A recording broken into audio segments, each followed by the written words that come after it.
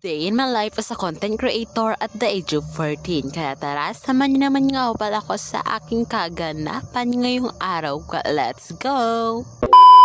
Ay, for today's video nga pala mga day is cooking vlog ang ganap natin. Kaya Sara, samahan niyo ako sa aking kaganapan. Ay, for today's video nga pala mga day ang lulutuin natin para sa tanghalian. Inadubo nga ho palang opo. Kaya samahan niyo ako sa aking kaganapan. Ay, actually nga pala mga day, ito nga palang opo na to ilulutuin ko sana to kagabi. Ay, kaso nga lang talaga meron na nga palang binili sila lang na ulam nga pala kagabi. Kaya di ko na lamang ito linuto. Ito nga palang opo mga din na nabili ni mama ay medyo may katandaan na rin. Kaya medyo makunit-kunit na rin nga pala ang kanyang balat. Kaya as you can see naman nga pala mga day, medyo nilap po nga talaga ang aking pagkakabalat dyan. Ay panabalan kasi napakatigas na nga talaga nito. After ko naman nga pala mga day mabalatan ito, hiniwa ko lang nga pala ito sa 4 na piraso para nga talaga tanggalan ng ito ng mga buto. Kaya itinaybi ko na muna nga malato yung mga day ng sandalian, pero nga talaga ito nagagayat na muna nga pala ko dyan ng sibuyas bawang. Kaya ito mga day binalikan ko na rin nga pala ito agad-agad para nga talaga ito ay hiwa-hiwain ng maliliit lamang para nga talaga ito ay madali itong maluto. Ay napakainit rin nga pa sa mga oras na yung mga day, pero nga talaga okay lang yung day, kayang-kaya pa rin nga talaga natin itong lutuin kahit napakainit na ng oras na ito. Okay na rin nga pala ito mga day, itong aking gagamitin na kamatis, saka ito nga palang sibuyas bawang, saka ito nga palang oyster sauce. Actually mga day, kompleto na rin nga pala yung binili ni mama, kaso nga talaga magdadagdag pa talaga tayo dyan ng tinapa para nga talaga mas bumango pa ito, saka mas masarap nga talaga ang gulay mga day pag may bangot na isda. Inutosan ko na nga talaga dyan mga day na maghanap mga pala yung aking kapatid na babae ng kaunti nga talaga ang panggatong, habang ito naman nga talaga mga day ay tiging pahangin. Nung mainit rin nga pala mga day, nagsala na rin nga pala ko dyan ng kawali. Siyempre naglagay na rin nga pala ko dyan ng mantika nung mainit na ito. Nung mainit na rin nga pala dyan mga day yung mantika, ito ginisa ko na rin nga pa itong sibuyas bawang, tapos hinalo-halo ko lang at lagay ito hanggang sa mga golden brown. So pag ganyan na nga pala mga day ang itsura, ito nga pala linigay ko na rin nga pala dyan agad-agad ito nga pala aking ginayat kaganinang kamatis. Pagkatapos mga day hinalo-halo ko lang at lagay ng dahan-dahan hanggang nga talaga ito hindi masunog. And pag ganyan na rin nga pala mga day ang itsura nito, ay pwede na muna rin nga palang iglagay yung ginayat mo nga pala kaganinang opo.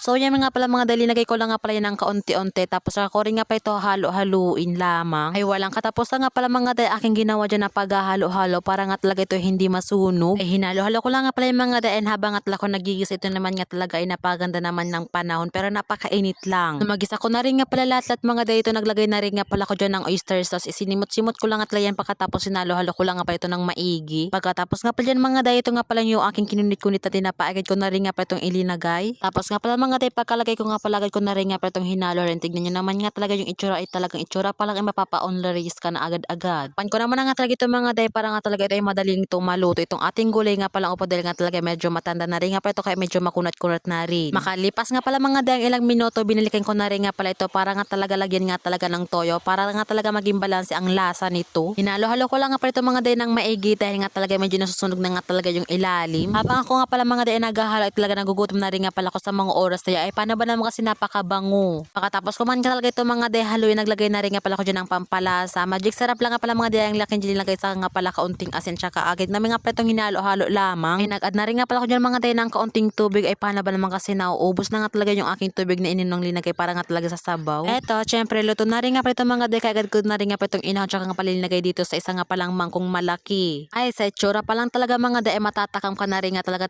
ako talaga yung nagutom-gutom na ako sa mga oras na yan. Kaya tara, samayo na rin nga pala ako kumain mga day, kumuha na rin nga pala kayo dyan ng inyong baw at samahan nyo na ako at sama-sama na rin nga taga tayong kakain. Ay panabala niya mga day, dahil patapos na rin nga talaga ito, kaya hindi dito muna ito, kaya thank you for watching, God bless.